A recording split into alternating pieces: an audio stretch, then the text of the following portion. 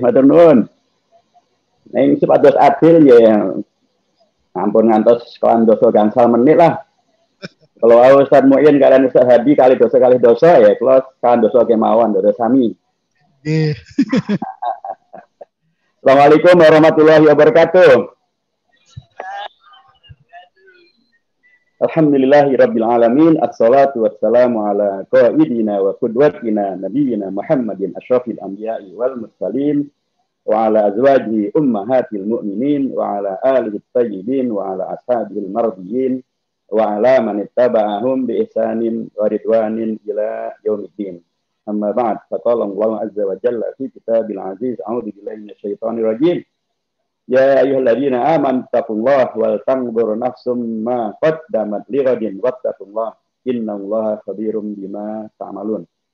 Wa qala Rasulullah sallallahu alaihi wasallam idza qamatil qiyamah wa fi yadi ahadikum fasilah falyagrasha.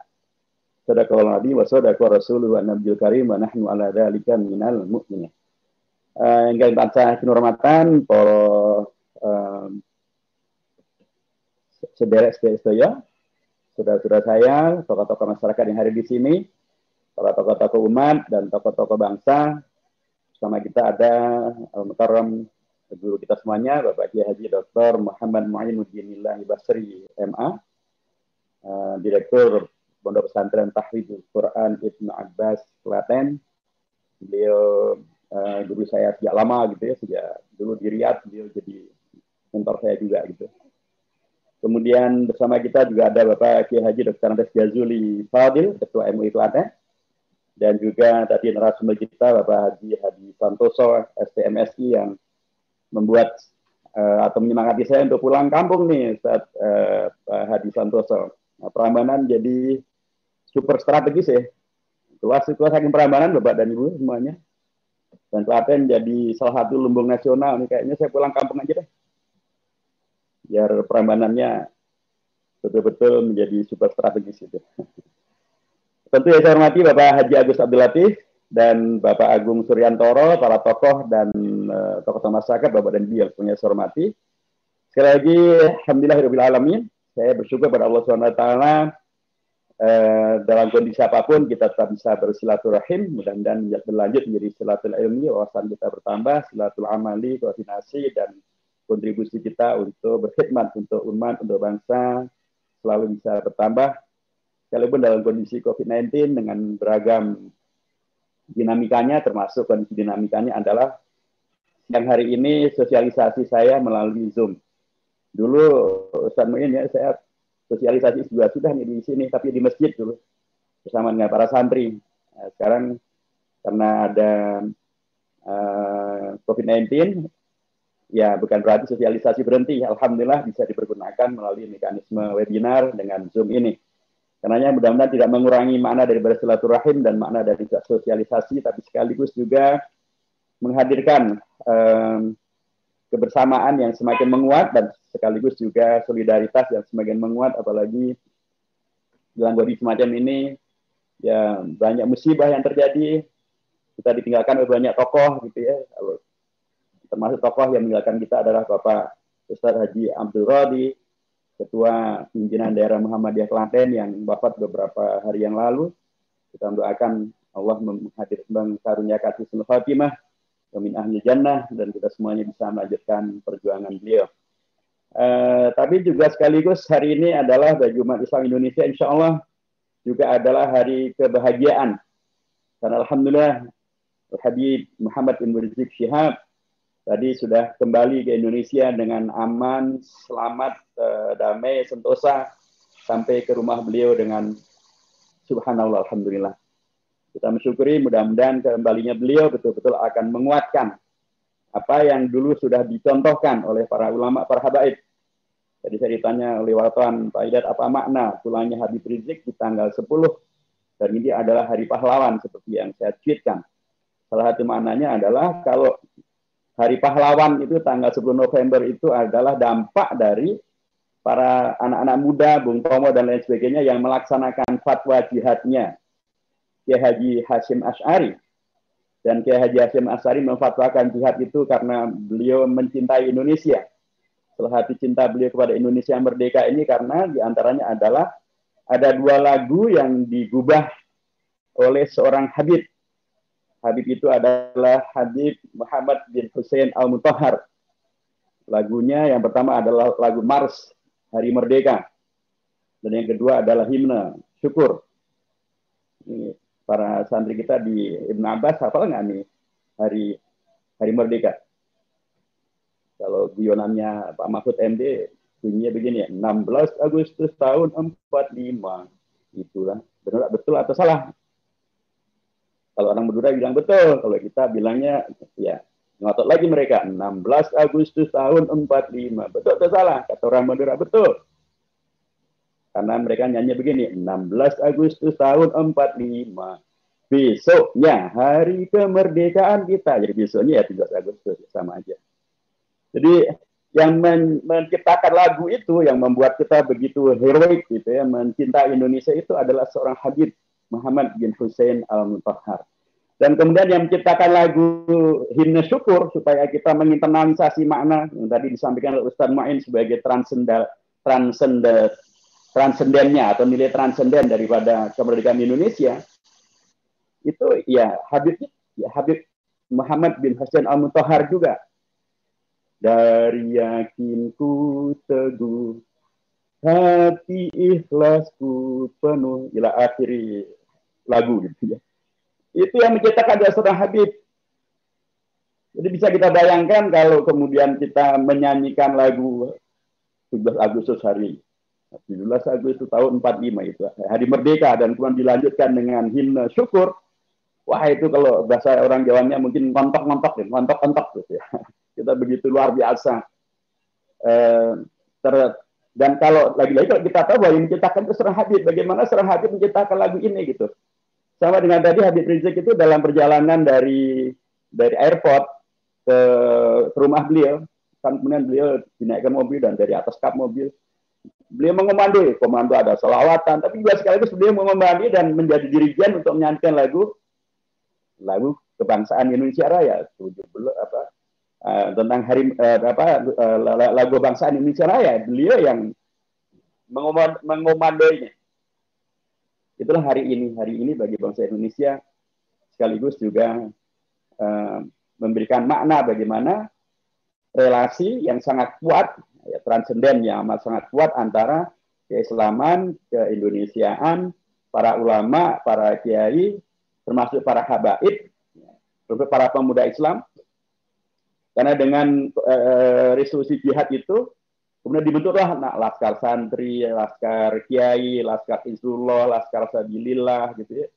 Termasuk kemudian dari situ dengan semangat jihad itu kemudian Indonesia bisa dimerdekakan. Jadi karena saya sampaikan kepadanya Habib Rizik adalah mengembalikan pemaknaan tentang Hari Pahlawan itu adalah kepahlawanan para ulama, kepahlawanan para habaib, kecintaan mereka kepada Indonesia, kecintaan mereka kepada bangsa, keberanian mereka untuk menggerakkan seluruh potensi untuk menyelamatkan Indonesia dari dulu penjajahan Belanda, sekarang mungkin penjajahan yang lainnya, baik itu asing maupun apapun juga yang kemudian menghilangkan kedaulatan dan kemerdekaan Indonesia.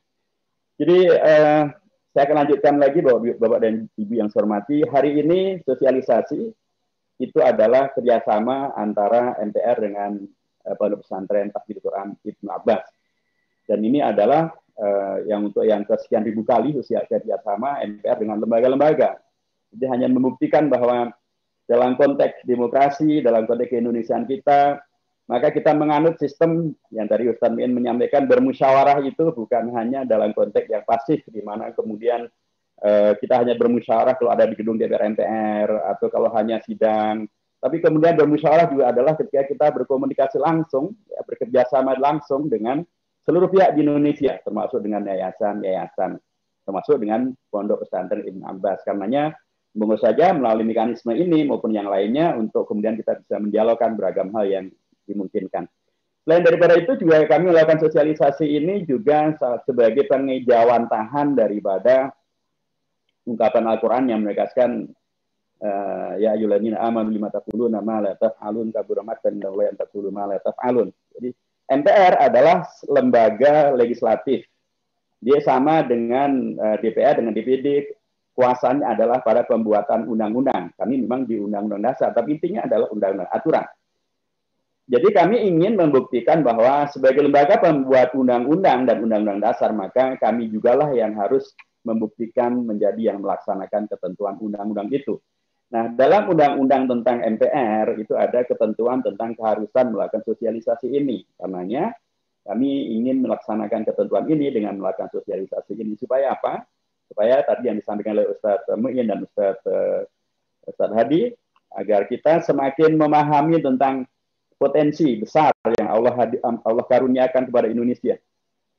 Karena dulu para pahlawan bangsa, bapak-bapak bangsa itu yang tergabung dalam Panitia 9, yang kemudian menghadirkan Piagam Jakarta, yang sila pertamanya telah disebutkan Ustaz Mu'in sebagai ketuhanan dengan kewajiban melaksanakan secara Islam bagi pemeluk-pemeluknya, itu mereka menyepakati.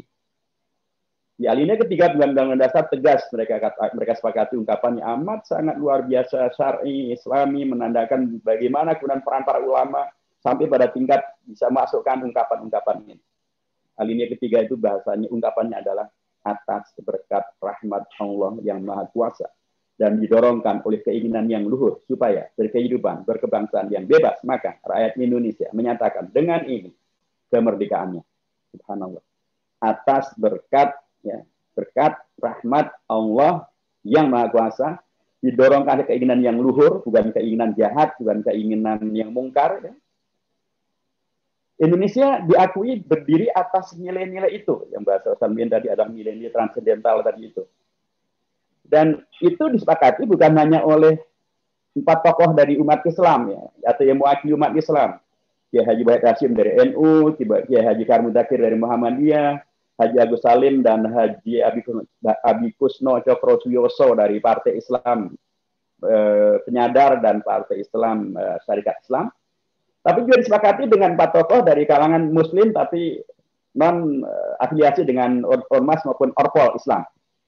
Ada Bung Karno, ada Bung Hatta, ada Muhammad Yamin, ada Mr. Ahmad Subarjo. Dan bahkan disepakati juga oleh seorang non-Muslim, itu namanya Mr. A.A. Maramis. 9 tokoh yang beragam-ragam ini, termasuk beragam agama, sepakat bahwa Indonesia ini adalah, atau kemerdekaan Indonesia itu adalah atas berkat rahmat Allah yang Maha Kuasa dan didorongkan oleh keinginan yang luhur. Karenanya benar sekali yang diingatkan oleh Ustaz Muin tadi, sekarang ketika kemudian kita refleksikan ke dunia yang sekarang ini, dan juga tadi diingatkan oleh Ustaz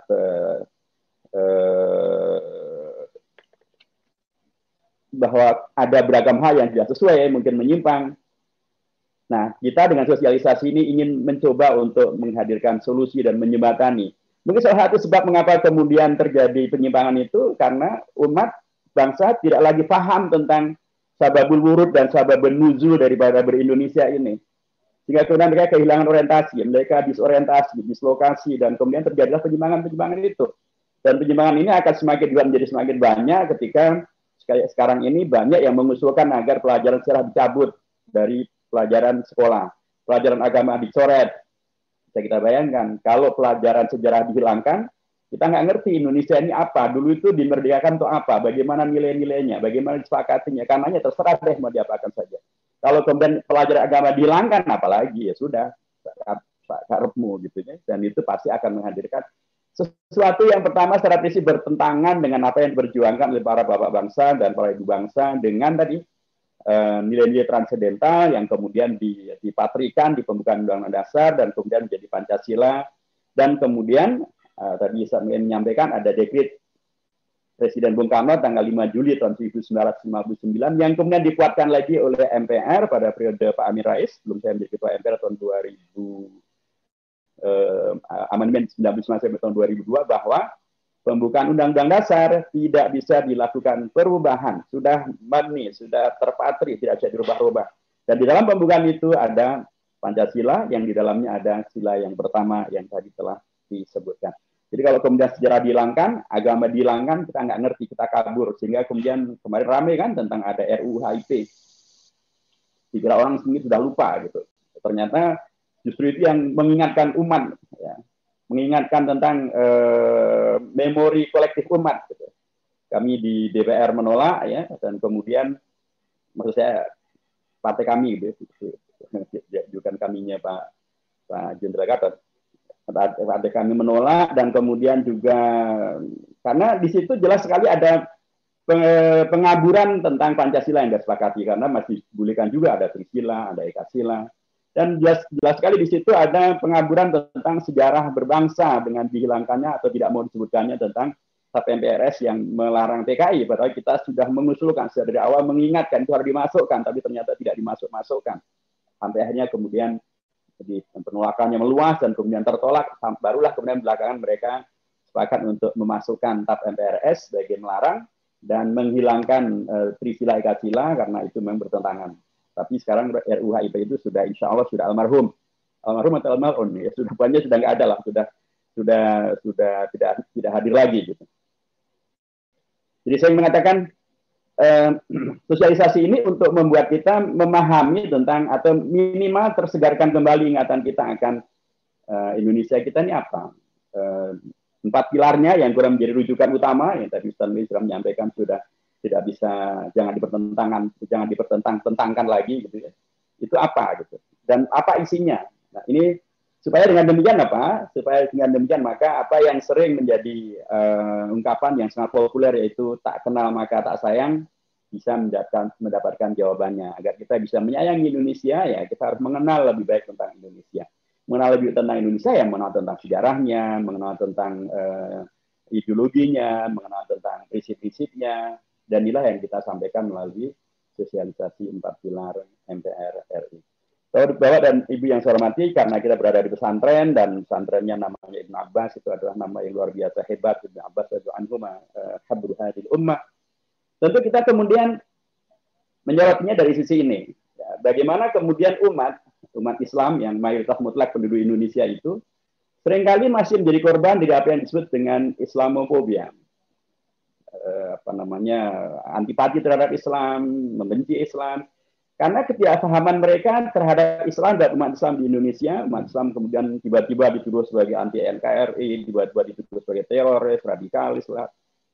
Karena mereka tidak mengerti tentang Islam dan tidak mengerti tentang jasanya umat Islam untuk Indonesia. Kalau mereka memahami, maka mestinya mereka selesai, tidak lagi mempermasalahkan tentang umat Islam di Indonesia. Karena sekali lagi Pancasila itu, kalau kita sebut Pancasila sebagai pilar pertama dari MPR RI sebagai dasar dan ideologi negara, maka yang menyelamatkan Pancasila untuk kemudian tetap menjadi sesuatu yang eksis dan kemudian karenanya bisa membingkai kita semuanya, itu adalah 4 tokoh umat Islam, yaitu Ki Bagus Hadikusumo, Ketua PB, sekarang PB Muhammadiyah, pengurus besar atau Pestur Muhammadiyah waktu itu, kemudian Kiai Haji Wahid Hashim dari NU, kemudian Mr. Kasman Singojimejo, tokoh Muhammadiyah yang juga tokoh daripada Partai Islam Indonesia dan tokoh daripada beliau Panglima Peta pada waktu itu, dan kemudian juga ada tokoh dari Aceh atau dari Sumatera sekarang Sumatera Utara, beliau tokoh dari Aceh, Mr. Tauku Muhammad Hasan. Jadi ceritanya ketika kemudian Indonesia diproklamasikan itu sila pertama masih sila Pancasila 22 Juni. Nah, itulah yang kemudian diprotes oleh orang-orang yang mengatasnamakan dari Indonesia Timur, dan mereka mengatakan kalau demikian halnya mereka akan keluar dari Indonesia.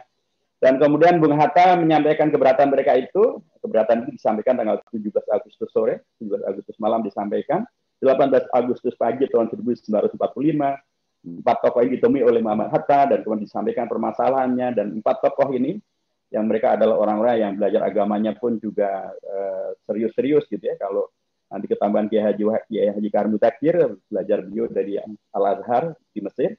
Kalau Ki Bagus itu semua belajar dari pesantren di Jogja. Kemudian Kiai Haji Wahid Hashim, beliau adalah putra daripada Kiai Haji Hashim Asy'ari, belajar pesantrennya di Tebuireng. Dan Mr. Kasman Singojimejo adalah ahli hukum ya, pada zaman itu, juga Mr. Tauku Muhammad Hasan.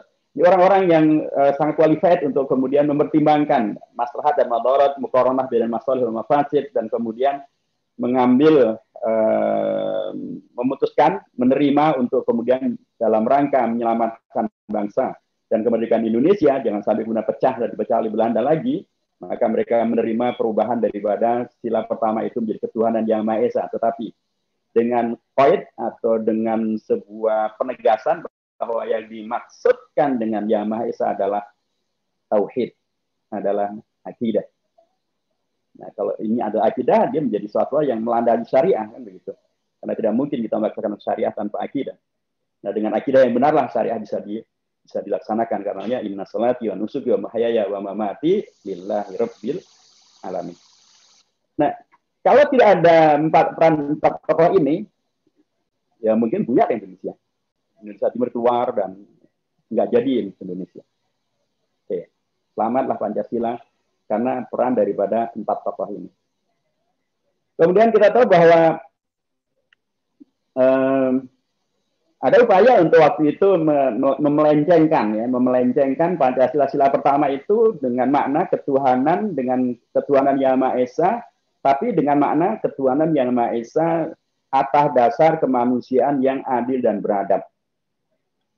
Itu langsung diinterupsi oleh Ki Bagus Hadikusumo. Ki Bagus Hadikusumo mengatakan, bukan demikian kesepakatan kita. Kesepakatan kita adalah kemanusiaan adalah ketuhanan Yang Maha Esa, yang adalah tauhid itu, titik. Baru kemudian kemanusiaan yang adil dan beradab, titik. Baru kemudian persatuan Indonesia, titik. Baru kemudian kerakyatan yang dipimpin hikmat bijaksana dalam perusahaan dan perwakilan, titik. Baru kemudian keadilan sosial bagi seluruh Indonesia, titik. Jadi ketika dari dulu sudah ada yang mencoba untuk menyimpangkan ya. So, kalau kemudian ketuhanan Yang Maha Esa berdasarkan atas kemanusiaan adil dan beradab, itu rumit lagi pemahamannya nanti. Tapi kalau ketuhanan Yang Maha Esa titik dan maknanya adalah tauhid, jelas apa makna daripada Pancasila dengan ketuhanan Yang Maha Esa ini. Nah, Rizik Syihab tesisnya adalah tentang Islam dan Pancasila, dan beliau menyebutkan dan membuktikan tentang bahwa 5 sila daripada Pancasila itu, ya itulah yang kemudian bisa masuk dalam kategori yang bisa diterangkan melalui kaidah tentang ad-daruriyat al-khams. Lihat betul bagaimana peran umat Islam untuk menyelamatkan Indonesia, menyelamatkan Pancasila. Kalau hari ini tanggal 10 November, lagi-lagi di situ ada peran tokoh umat Islam yang luar biasa, Ki Haji Hasyim Asy'ari. Ya, ketika beliau melihat Belanda ingin balik kembali, beliau kemudian mengumpulkan para ulama dan kemudian membuat fatwa tentang kewajiban berjihad membela Indonesia merdeka ini dari penjajahan Belanda. Dan bahkan beliau nyatakan dalam konteks Surabaya, karena peristiwanya di Surabaya, maka jihad di Surabaya itu beliau nyatakan itu adalah jihad mempertahankan Indonesia dari serbuan kembali Belanda, hukumnya adalah jihad. Dan jihad itu hukumnya adalah fardhu ain bagi mereka-mereka yang berada di masa Fathul Qasr di Surabaya dan sekitarnya. Bagian luar itu hukumnya fardhu kifayah. Yang kedua adalah siapapun yang meninggal dalam memperjuangkan jihad ini, jihad fisabilillah ini, maka dia mati sebagai syuhada.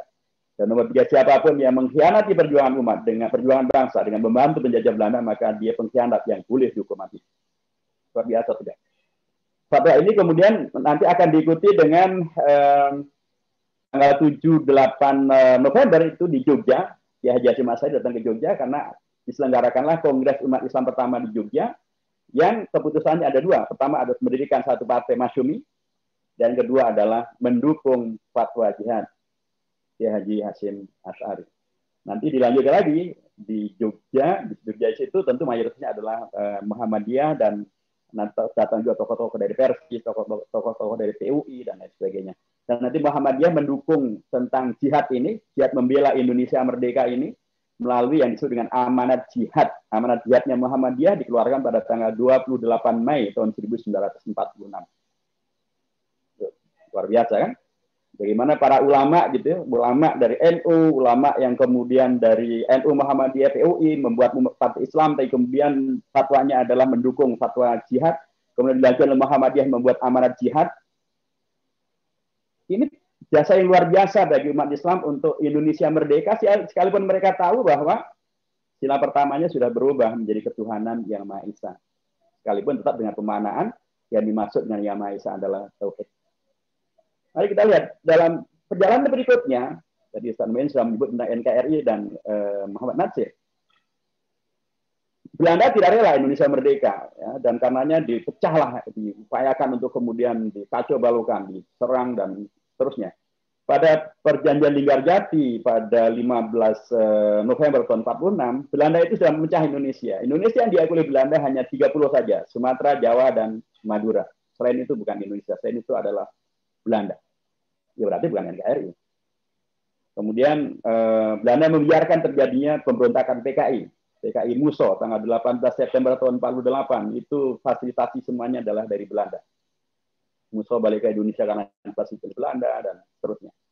Jadi ada pemberontakan PKI yang kemudian mengacaukan, dan termasuk korbannya ada pesantren saya, pesantren di mana saya dulu belajar sampai hari masih belajar, ya, pesantren di Gontor. Kemudian setelah itu ada peristiwa di ITI tanggal 9 September 9 Agustus tahun 49, dan kemudian terjadilah Belanda membuat keputusan di konferensi meja bundar tanggal 27 Desember tahun 49. Indonesia dirubah menjadi RIS. Jadi tidak ada NKRI. Undang-undang dasarnya dirubah menjadi Undang-Undang Dasar RIS. Jadi nggak ada tuh NKRI. Malah di situ ada alternatif terkait dengan masalah PKI, negara komunis Uni Soviet, PKI Muso, Madiun. Ada DTI-nya Kartosuwiryo, dan ada RIS-nya Belanda 27 Desember tahun 49. Terus kenapa pas sekarang menjadi NKRI? Itulah yang tadi Ustadz Muin menyampaikan. Di situ ada peran dari seorang tokoh, beliau ulama, beliau pemikir, beliau pejuang. Beliau waktu itu adalah wakil ketua Ormas Persis, dan beliau salah satu pimpinan Partai Masyumi. Dan ketika Indonesia menjadi RIS, Masyumi tidak mau masuk ke kabinet RIS karena Masyumi menolak RIS. Kemudian Masyumi di parlemennya melalui ketua fraksinya yaitu Muhammad Natsir, beliau setelah komunikasi sana sini ketemu dengan Partai Katolik, ketemu dengan Partai Kristen, ketemu dengan partai-partai yang beragam-ragam, kemudian beliau menyimpulkan dan kemudian beliau menyampaikan pidato yang disebut dengan mosi integral 3 April tahun 50 untuk mengembalikan Indonesia kepada cita-cita Indonesia merdeka yang disepakati pada tanggal 18 Agustus tahun 45. Itulah menjadi NKRI. Beliau pidatokan itu tanggal 3 April di Parlemen Republik Indonesia Serikat, dan pidato beliau itu begitu luar biasa, kuat dan menyentuh dan membangkitkan semangat perjuangan. Dan kemudian Bung Hatta sebagai Perdana Menteri menyetujui posisi politik daripada Muhammad Natsir, dan kemudian dijadikan itulah sikap Indonesia. Dan pada tanggal 17 Agustus tahun 50, NKRI diproklamasikan untuk Indonesia. Jadi yang menyelamatkan Indonesia menjadi NKRI adalah umat Islam, tokoh umat Islam dari Partai Islam di Parlemen Republik Indonesia Serikat. Dan setelah itu berubahlah menjadi NKRI, dan beliau menjadi Perdana Menteri pertama pada era Indonesia menjadi NKRI. Jadi saya ingin mengatakan Islamophobia itu menjadi tidak wajar kalau memahami sejarah. Termasuk ketika kemudian Indonesia menjadi tanah air Indonesia. Ya.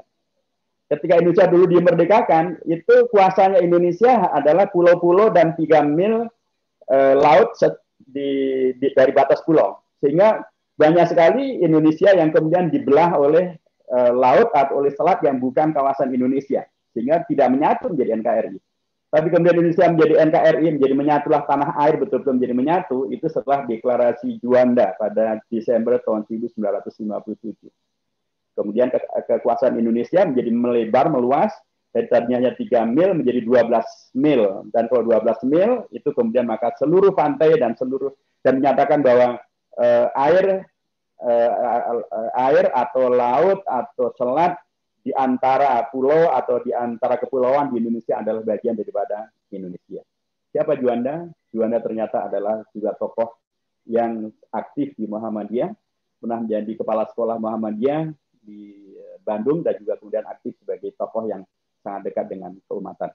Jadi lagi-lagi peran umat itu demikian luar biasa, sehingga kalau umat memahami hal-hal semacam ini dan para pejabat juga memahami hal-hal semacam ini, maka tidak ada lagi tempat untuk melakukan Islamophobia, menuduh umat Islam di Indonesia sebagai biang kerok masalah, padahal justru umat Islam di Indonesia lah yang menyelesaikan masalah-masalah.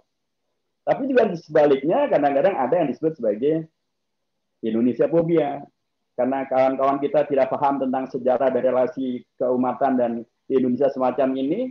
Mereka mengira Indonesia baru akan kita bentuk, sehingga ya bolehlah kita pikirkan semuanya kita. Hingga kemudian ada yang mempergunakan istilah bid'ah gitu ya, ada yang mempergunakan istilah kafir, ada yang mempergunakan istilah tauhid, dan akibatnya kemudian di alih-alih kita bisa membangun negeri warisan daripada ijtihad, mujahadah, tadhiyah, hadiah daripada para ulama, ya, termasuk juga termasuk hadiah daripada para umara. Karena ketika Indonesia dimerdekakan sesungguhnya belum jelas teritori Indonesia itu di sebelah mana yang konkret, sampai kemudian Sri Sultan Hamengkubuwono ke-9 yang gelarannya adalah Senopati Ngalogo Ngabdurrahman Sayyidin Panotokomo Khalifatullah ing Tanah Jawa itu, sampai kemudian beliau melakukan ijab kabul dan menyerahkan kerajaan Mataram masuk ke NKRI, dan beliau bukan hanya menyerahkan kedaulatan dan kawasannya, tapi bahkan beliau memberikan uang cash kepada pemerintah Indonesia. Jumlahnya berapa? Sekitar 6 juta gulden, setara dengan 600 miliar rupiah uang salam. Subhanallah. 600 miliar ini kalau dibahkan ke pondok pesantren Ibnu Abbas, wow, sudah luar biasa saja. Sudah, wah, subhanallah. Tapi si Sultan Hamengkubuwono dengan gelarannya yang demikian Khalifatul Tanah Jawa dan kerajaan juga didapatkan dengan perang dulu antara Sutowijoyo melawan Aryo Penangsang gitu ya. Tapi kerajaan dan bahkan Sultan Agung harus mengirimkan pasukannya untuk kemudian menyerang pasukan Belanda atau namanya penjajah Belanda di Batavia. Negara didapatkan melalui kondisi semacam ini dan dipertahankan dengan perang semacam itu. Ketika Indonesia merdeka diberikan, bukan hanya diberikan, bahkan menghadiahkan duit 600 miliar rupiah. Coba apa kalau bukan karena keinginan luhur agar kemudian betul-betul menyatu ini adalah sesuatu yang bermanfaat. Nanti kita dapatkan lagi Sultan Syarif Qasim kedua di Pekanbaru. Bukan hanya seluruh kerajaan diberikan, mahkota emasnya diberikan, bahkan mereka ngasih uang cash berapa? 13 juta gulden, setara dengan 1,3 triliun rupiah. Hasil lah. Coba. Kalau orang mau beli tanah 100 meter aja susah. Wakaf 100 meter aja banyak yang susah. Beliau satu kerajaan dikasih semuanya, dan bahkan banyak kerajaannya, duitnya 1,3 triliun diberikan ke Indonesia. Padahal beliau adalah seorang sultan yang syarif, itu artinya ada seperti Habib juga. So, Habib itu adalah keturunan dari Husain Ali bin Abi Thalib radhiyallahu anhu. Kalau Syarif itu keturunan daripada Al-Hasan ibn Ali bin Abi Thalib radhiyallahu anhu. Begitu luar biasa. Jadi Indonesia ini adalah warisan, saya katakan warisan jihad, ijtihad, mujahadah, tadhiyah, hadiah dari para ulama, baik ulama yang ada di Ormas maupun yang ada di Orpol, maupun para umarok, ya, seperti Sultan Hamengkubuwono, Sultan Syarif Qasim, Sultan Syarif Hamid kedua di Pontianak, yang membuat lambang Garuda Pancasila itu lagi-lagi seorang sultan yang syarif. Jadi dengan pengenalan semacam ini harapannya adalah agar umat Islam tadi yang kalau bahasa Ustaz Muin, dan kita tidak perlu, jangan dipertentangkan lagi. Yang Islamophobia jangan mempertentangkan lagi. Setelah dengan cara itu maka kita semakin maju ke depan untuk betul-betul bisa tadi memahami tentang Indonesia yang adalah atas berkat rahmat Allah yang Maha Kuasa itu, supaya betul-betul bisa dimajukan. Nah, saya masuk kepada, untuk itulah karenanya umat betul-betul berperan maksimal ya, termasuk ketika terjadi reformasi, dan kemudian agenda reformasi itu diantaranya adalah amandemen terhadap Undang-Undang Dasar. Nah, di antara amandemen itu adalah bukan hanya terkait dengan masa jabatan presiden, tapi juga terkait dengan dua hal yang ingin saya sampaikan di sini. Pertama adalah dalam konteks keislaman. Dulu Bapak Ibu yang saya hormati, nggak ada itu dalam Undang-Undang Dasar kata-kata iman, takwa, akhlak mulia, boten wonten. Bahkan dalam GBHN pun juga tidak ada. Bahkan ada yang mengusulkan agar dalam GBHN dimasukkan ketentuan tentang iman dan takwa. Kemudian beliau mengusulkan mendapatkan reward, yaitu dipecat dari keanggotaan MPR. Tapi iman, takwa, dan akhlak yang mulia sekarang itu masuk ke dalam Undang-Undang Dasar. Sudah masuk ke dalam Undang-Undang Dasar. Pasal 31 ayat 3 Undang-Undang Dasar. Pemerintah menyiapkan suatu pendidikan nasional yang meningkatkan keimanan, ketakwaan, yang meningkatkan keimanan, ketakwaan, akhlak yang mulia, baru dalam rangka mencerdaskan kehidupan bangsa. Ini upaya kita untuk kembali mengisi kemerdekaan reformasi dengan cara yang baik dan benar, bahwa pendidikan kita bukan berbasiskan kepada sekularisme, liberalisme, apalagi komunisme, ateisme, permisivisme, bukan. Asasnya adalah iman, takwa, akhlak mulia, mencerdaskan kehidupan bangsa. Nah, kalau ini perlu kita kawal supaya kemudian semuanya bisa mengarah kepada nilai yang sebenarnya. Yang banyak nilai-nilai semacam ini yang nanti bisa kita eksplorasi lebih lanjut. Tapi termasuk yang penting juga adalah bahwa dulu sebelum perubahan Undang-Undang Dasar ini tidak ada yang namanya rakyat memilih presiden, rakyat memilih gubernur, bupati, dan wali kota. Tidak ada. Dulu yang memilih gubernur, bupati, wali kota adalah DPRD. Dulu yang memilih presiden adalah MPR.